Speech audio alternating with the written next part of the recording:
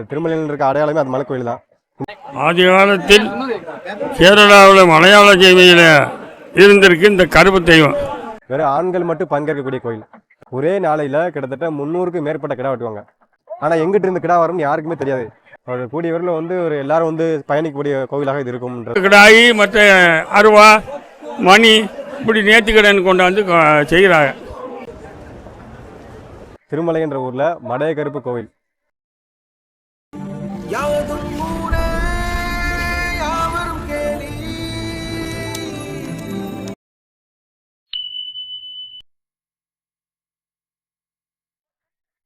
வணக்கம் நண்பர்களே, இன்றைக்கி நம்ம எங்கே இருக்கோம்னு பார்த்தா சிவகங்கை மாவட்டத்தில் உள்ள திருமலைன்ற கிராமத்தில் இருக்கோம்.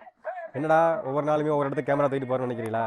நம்மளுடைய பாரம்பரியத்தை மீட் எடுக்கிறதுக்காக ஒவ்வொரு கிராமமாக ஒவ்வொரு வில்லேஜாக போய் அங்கே உள்ள சிறப்புகள் எடுத்து நாங்கள் தொகுப்பாக உங்களுக்கு போடுறோம். இன்றைக்கி என்ன சிறப்புன்னு பார்த்தீங்கன்னா திருமலை என்ற ஊரில் மடைய கருப்பு கோவில். திருமலைனாலே உங்களுக்கு பார்த்தீங்கன்னா அந்த மலை கோயில் தான். பின்னாடி தெரியும் உங்களுக்கு பேக்ரவுண்டில் அந்த திருமலையில் இருக்க அடையாளமே அது மலை கோயில் தான்.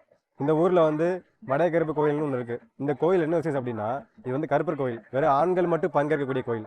பெண்களுக்கு இங்கே அனுமதி கிடையாது. அது ஆரம்பத்துலேருந்தே நம்ம முன்னோர்கள் காலத்துலேருந்தே வெறும் ஆண்கள் மட்டும் பங்கேற்கக்கூடிய கோயில். இந்த கோவில் என்ன நம்ம விசேஷம்னா, நம்ம மேக்ஸிமம் ஒரு 10 கிடா வெட்டுவோம். நம்ம ஊரில் ஒரு காது குத்துனா ஒரு 15 கிடா வெட்டுவோம்.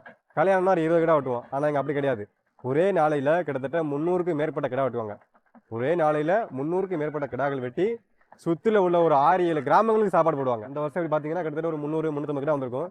இப்போ அந்த கிடா வெட்டிக்கிட்டு இருக்காங்க. எப்போ வெட்ட ஆரம்பித்தாங்கன்னா மதியம் 12 மணிக்கு ஆரம்பித்தாங்க.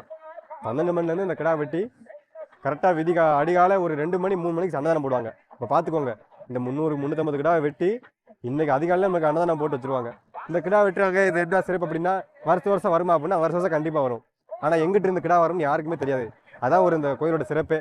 மேக்ஸிமம் ஒரு வருஷம் 300 வரும், ஒரு வருஷம் 10 வரும் அப்படின்றதே கிடையாது. வருஷம் எப்படி பார்த்தீங்கன்னா குறைஞ்சபட்சம் 300க்கு அபோவ் தான் இருக்கும். இந்த வருஷம் 352ன்ற ஒரு சொல்லியிருக்காங்க. இன்னும் கன்ஃபார்ம் எதுவும் தெரியல. அது முடிஞ்சதுக்கப்புறம் தான் தெரியும்.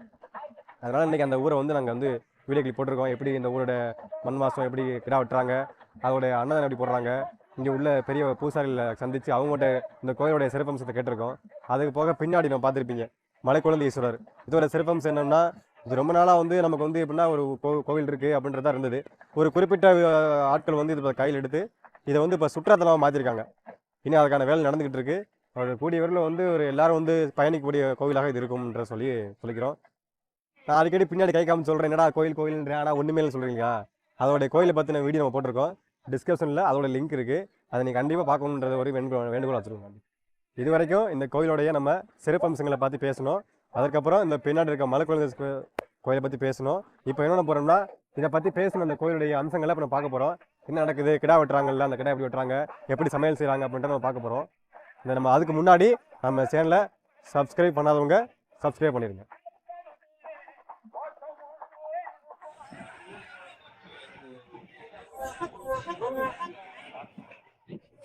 வணக்கம்யா. இப்போ நம்ம ஊர் திருமலையில் இப்படி ஒரு விஷயம் நடக்குது. அதோட வரலாறு மட்டும் சொல்லுங்கள். எதனால அந்த கிடா வெட்டுறாங்க, எதுக்கு நம்ம அந்த சாமி திருவிழா கும்பிட்றோம் அப்படின்றத மட்டும் சொல்லுங்கள்.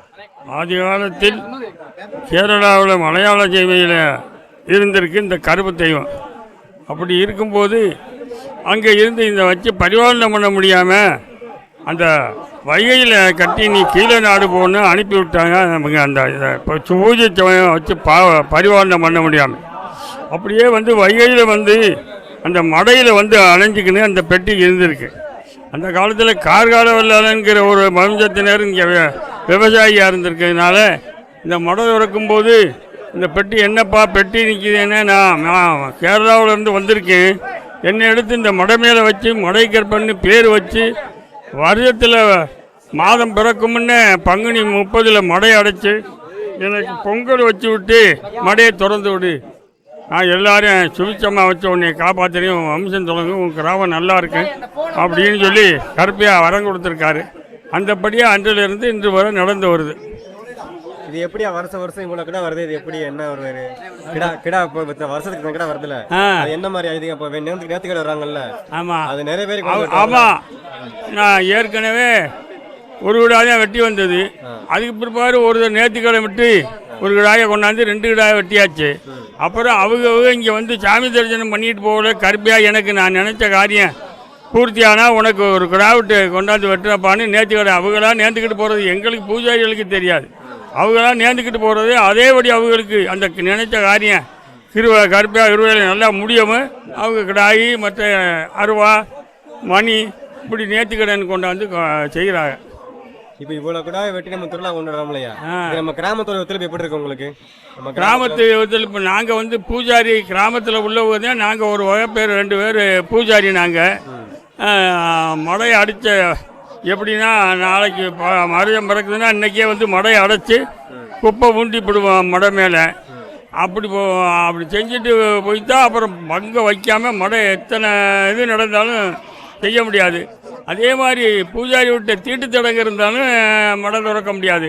இதெல்லாம் இல்லாமல் இருந்துச்சுன்னா வெள்ளியே நாங்கள் கிராமத்தார்கிட்ட சொல்லிடுவோம். இந்த மாதிரி பொங்க வைக்கணும், அடுத்த வெள்ளி மடை அடைச்சிருக்கோம்னு சொல்லிடுவோம்.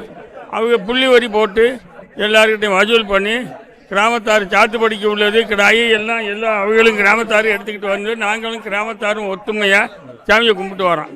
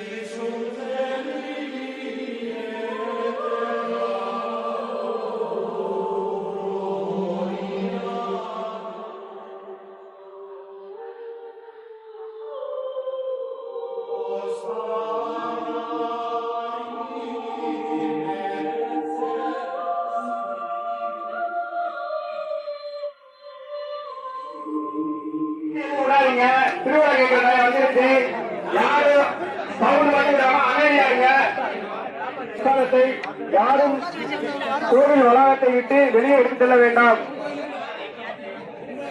எடுத்து போக கூடாது, மலையை தாண்டக்கூடாது. பிரசாதம்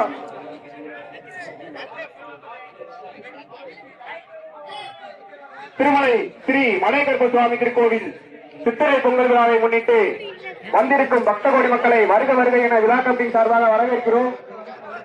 ஓகே காய்ஸ், இந்த வீடியோவில் இந்த திருவிழாவை பார்த்து நீங்கள் என்ஜாய் பண்ணியிருக்கீங்கன்னு நாங்கள் நம்புகிறோம். இந்த வீடியோ பிடிச்சிருந்தா லைக் பண்ணுங்கள், கமெண்ட் பண்ணுங்கள், ஷேர் பண்ணுங்கள், சப்ஸ்கிரைப் பண்ணுங்கள். முக்கியமாக அந்த பெல் பட்டனை கிளிக் பண்ணிடுங்க.